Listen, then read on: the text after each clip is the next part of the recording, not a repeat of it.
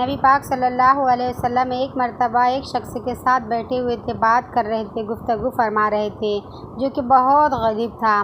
تو اتنے میں جبرائیل علیہ السلام آئے اور فرمانے لگے کہ یا رسول اللہ، آپ جس شخص سے بات کر رہے ہیں اس کی عمر کل دوپہر تک ہی ہے۔ تو آپ صلی اللہ علیہ وسلم نے اس شخص سے کہا کہ اگر تمہاری کوئی ارمان ہے تو بتا دو۔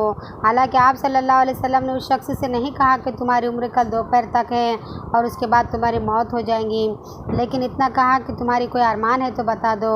تو اس شخص نے کہا کہ یا رسول اللہ، مجھے میٹھا کھانے کی بہت ارمان ہے، اور جب کوئی شادی شدہ لوگوں کو دیکھتا ہوں تو شادی کی امنگ پیدا ہو جاتی ہے، لیکن اتنا غریب ہوں کہ کوئی لڑکی نہیں دیتا۔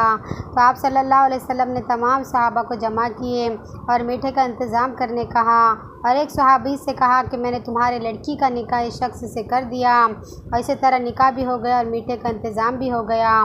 تو اگلے دن آپ صلی اللہ علیہ وسلم نے ایک صحابی کو کہا کہ جاؤ ان کے گھر کے ارد گرد چکر لگا کر دیکھو کہ کوئی رونے دھونے کی آواز تو نہیں آ رہی۔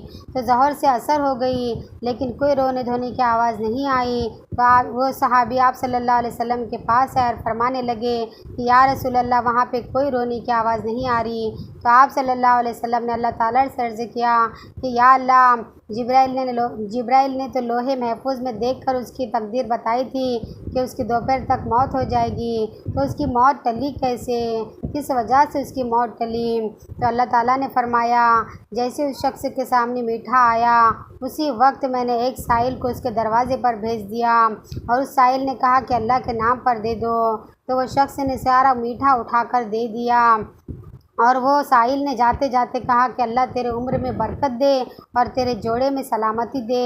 بس اس کی دعا میں نے قبول کر دی۔ اس کا صدقہ دینا مجھے بہت پسند آیا۔